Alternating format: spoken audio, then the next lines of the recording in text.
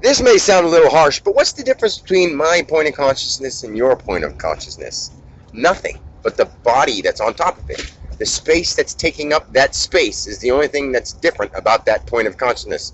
The only thing that's different about the leaf and me is that I move around and the leaf sways with the wind, and its point of consciousness is always there. It's the leaf, and it's always where the leaf is, and that's what the point of consciousness is. Where am I? I'm where I'm always at. But then, who am I, and where's my vehicle, and all this kind of stuff. I mean, we can go into that, the astrophysical terms and all that kind of woo-hoo, but we don't need to do that, because really everything is consciousness, so we know that. What is God? Well, I think God is a combination of all those things, not just consciousness, because he's the consciousness of those things on all levels and dimensions of consciousness piled on top of each other.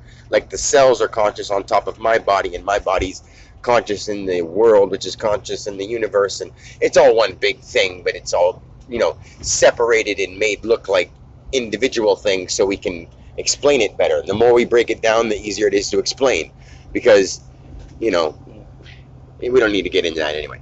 But the only difference of that, see, like I feel like I'm being a jerk if I say this, because when I see a dead animal, or I think about people that die, even like when my own family dies, like it'll be hard for me to deal with as a person. But I have that other piece of me behind me that realizes that I'm them too, because we are all just this one big consciousness. But what is interpreting it back to itself is that little whatever's in that space of consciousness at the time. The leaf is interpreting back what the leaf is doing at that space in consciousness at the time.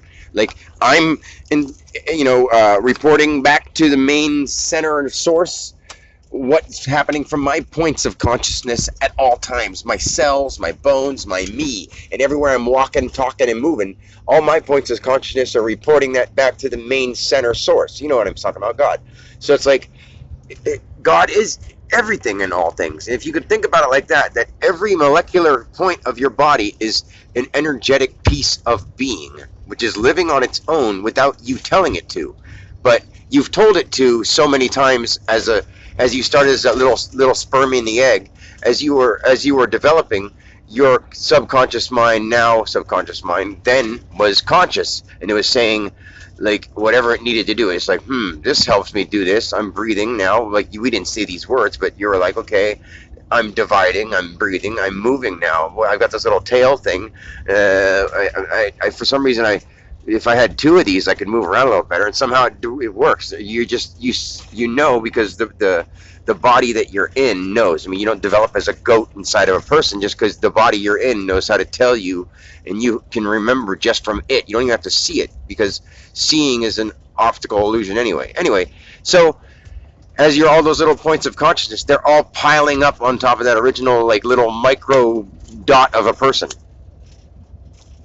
So then, as you keep growing, all those little points of consciousness are stacking and stacking and stacking, which causes dimensions upon dimensions upon dimensions, because each one of those points of consciousness is at least forward and backwards, so that's 2 dimensions.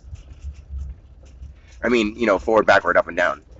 So that's at least 2, and it's probably round because it's got to have a front, back, up, down, all around. You know what I'm saying? So there's like a 3-dimensional being. Every molecular, micro, minute bit of your body, and every molecular micro bit of the air space around you is something that is a point of consciousness that is either reflecting light, allowing light through, being transparent, being translucent, being liquid, fire, and whatever element, whatever being, whatever physical property it is. Those things are happening at all times. And I wish, if people started really, really thinking about that, we'd be so much further on the evolutionary ladder. I mean, if more people understood, not what I, Dan, understand, what I, underneath it all, know, and I'm saying as me, Dan. It's like, I don't want to talk about myself as being God, because we all are. So it doesn't make me any better. Being God means nothing. I mean, it means a lot, of course. But I mean, when I say, like, as a person, because we all really are. We all really seriously, truly are. But nobody thinks that anymore, because as you grow up and you're told stuff, your brain makes you think that all these other people are less than or more than, or this is cool and that's not cool, and this is hot and this is cold, and this. I mean, some of it seems physically real and proven to you. But at the same time, it's not really. It had to appear some way. It had to have memory. It had to, over the billions of years of evolution, those things remember themselves in certain ways. That, like, for instance, some people can be in hotter climates and be fine. Some people can walk over cold. Some people just think they can't and won't. Some people can't handle cold. Some people take cold showers and polar bear dive, and it all just happens perfectly. No big deal. You know, and other people are like, oh, it's so cold. You know, it's one of those things where it is mind over matter, because all it is mind. Matter is mind, and we've heard this also. I'm not trying to use anybody else's words. This is my experience. It's just, I wish I had more words than the words that are out there. Like, I might have to use other people's quotes, but it's not because I'm trying to use a quote. It's just words. They're the words that are explaining these things. Like, when I look at the sun and I feel it beaming through my forehead, through my chest, through my every cell, like, I understand that I am that, and it is me, and I'm everything around it. Not just the sun. We're everything. We are, like, I mean, it doesn't make, I'm not trying to explain it because I'm not a scientist, and I'm not some kind of whatever person trying to prove anything. So, anyway, I should just stop recording so I can just enjoy living. But I had to say that because there's so much to say, so much to understand. Not even teach, but share, because everyone knows this. We know this anyway. And when we die, we're just the next person we want to be at any point in time, at any point in consciousness, like a mass of consciousness. It's awesome. So start realizing that. Start loving life. Peace.